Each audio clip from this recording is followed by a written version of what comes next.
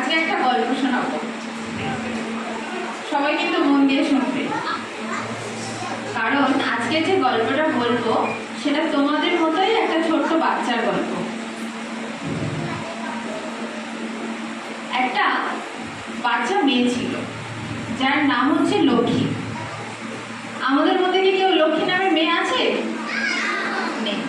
আচ্ছা, সেই লক্ষ্মী নামের যে মেয়েটি ছিল তার মাকে সবাই অলক্ষ্মী বলে ডাকতো।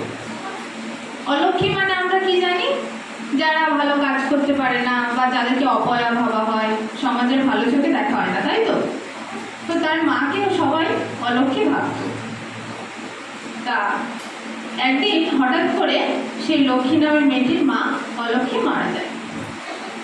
বাবাও কিছুদিন পরে কোনো একটা অজানা রোগে মারা যায়।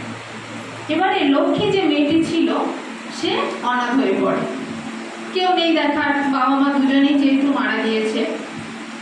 তো লক্ষ্মীর মামা সেই সময় লক্ষ্মীদের বাড়িতে যায়, গিয়ে ওর মা বাবা যেহেতু দুজনেই মারা গেছে তাই লক্ষ্মীকে মামার বাড়িতে নিয়ে আসে। এবার যেই না মামার বাড়িতে নিয়ে এসছে অমনি মামি তো ভীষণ রেগে একদম আগুন, যে কেন লক্ষ্মীকে নিয়ে আসা হয়েছে। আর মামারও একটা মেয়ে ছিল, তার নামটা আমার ঠিক মনে পড়ছে না এখন, তার একটা নাম দিয়ে দিই, সরস্বতী নাম দিয়ে দিই, ঠিক আছে?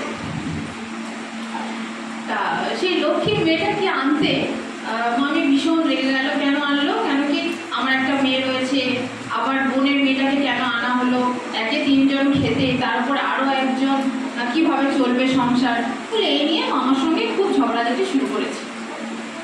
এবার ঝগড়াঝাটি করছে, মামা তো বলছে ঠিক আছে, আমার বোন ভগ্নিপতি দুজনেই তো